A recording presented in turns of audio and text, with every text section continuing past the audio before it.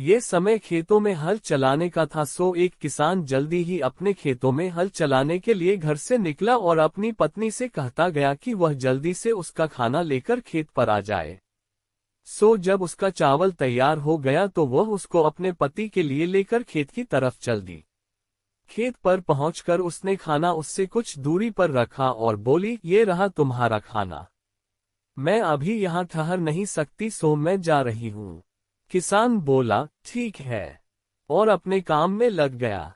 कुछ देर बाद वह खाना खाने आया तो उसने देखा कि उसके खाने का बर्तन तो खाली पड़ा है। वह इस बात पर बहुत गुस्सा हुआ। जब वह शाम को अपने घर वापस पहुंचा तो उसने अपनी पत्नी को इस तरह की चाल खेलने पर बहुत डांटा। पर उसने सोचा कि शायद वह उससे झूठ बोल रहा होगा। ये सोचकर वह बहुत दुखी हुई। अगले दिन जब किसान फिर से खेत पर जाने लगा तो उसने फिर अपनी पत्नी से वही कहा कि वह उसका खाना खेत पर ले आए और उसको कुत्ते की तरह भूखा न मारे। उस दिन वह एक बड़ी सी हडिया में पिछले दिन से दुगुना चावल उसके लिए लेकर गई और फिर से खेत में रखकर बोली, देखो ये तुम्हारा खाना रखा है। अब मत कहना कि मैं तुम्हारे लिए खाना लेकर नहीं आई। मैं यहाँ ठहर नहीं सकती क्योंकि मुझे घर भी देखना है। घर में कोई नहीं है। कहकर वह घर वापस लौट गई। कुछ ही देर में एक गीदड़ आया, वही गीदड़ जो पिछले दिन भी आया था और उसका खाना खा गया था, और उसने खाने के बर्तन में अपना मुंह डाला। वह जानवर चावल खाने के लिए इतना उतावला हो रहा था कि उसने अपनी गर्दन उस बर्तन की तंग गर्दन में जबरदस्ती डाल दी। असल में ये बर्तन पिछले दिन वाला बर्तन नहीं था, यह उससे बड़ा था और इसकी गर्दन कल वाले बर्तन से तंग थी। ये बात गीदड़ को पता नहीं थी। जबरदस्ती अपनी गर्दन बर्तन में घुसाने की वजह से उसकी गर्दन उसमें फंस गई और वह उसको उसमें से बाहर नहीं निकाल सका। इस तरह से वह इस समय बड़ी भयानक हालत में था। वह अपना सिर इधर उधर हिलाता हुआ और बर्तन को जमीन से मारता हुआ चारों तरफ को भागने लगा ताकि वह बर्तन फूट जाए और उसका सिर उसमें से बाहर निकल आए।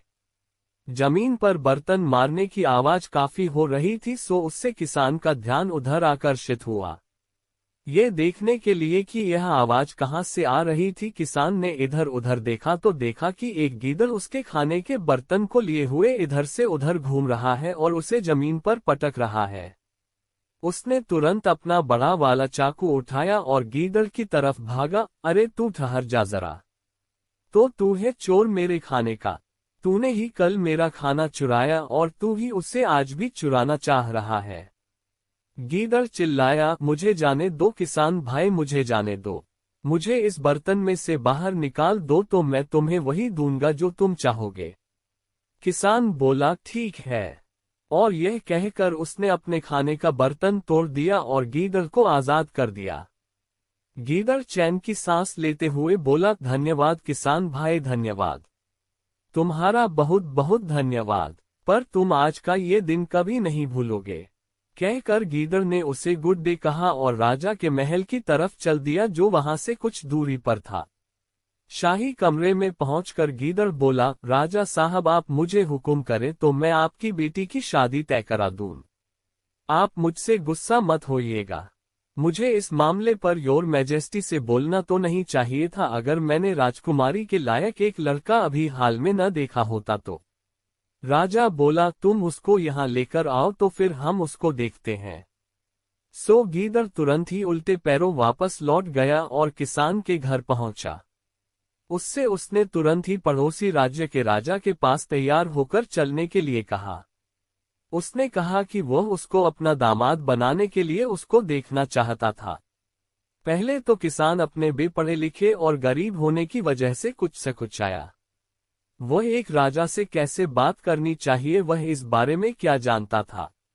इतने बड़े लोगों के बीच में कैसे उठना बैठना और बात करना चाहिए ये भी उसको आता नहीं था। और फिर राजा के पास जाने के लिए उसके पास ठीक से कपड़े भी तो नहीं थे। पर गीदड़ ने उसको राजा के महल जाने के लिए मना ही लिया और उसकी हर हाल में सहायता करने का वायदा किया। सो गीदड़ और किसान राजा के महल की तरफ चल दिए। जब वे राजा के महल पहुंचे तो गीदड़ तो योर मैजेस्टी को ढूंढने चला गया और किसान महल में घुसने वाले कमरे में जूते रखने की जगह के पास वहीं फर्श पर उखड़ू बैठ गया और राजा का इंतजार करने लगा। गीदड़ राजा के पास पहुंचा और बोला, योर मैजेस्टी, मैं उस लड़के को ले आया हूं जिसके बारे में मैं उस दिन आपसे बात कर रहा था। वह बहुत ही मामूली कपड़ों में आया है और न कुछ दिखावा ही किया है। वह अपने साथ बहुत सारे आदमी भी नहीं लाया ताकि योर मैजेस्टी को उनको ठहराने की कोई परेशानी न हो।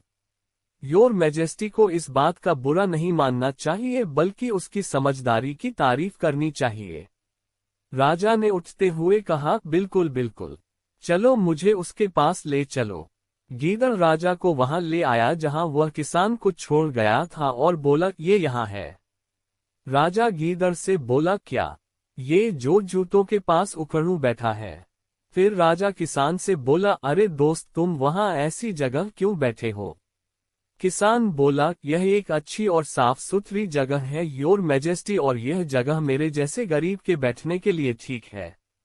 गीदड़ ने कहा, आप जरा इसकी विनम्रता तो देखिए महाराज की, यह कितना विनम्र है।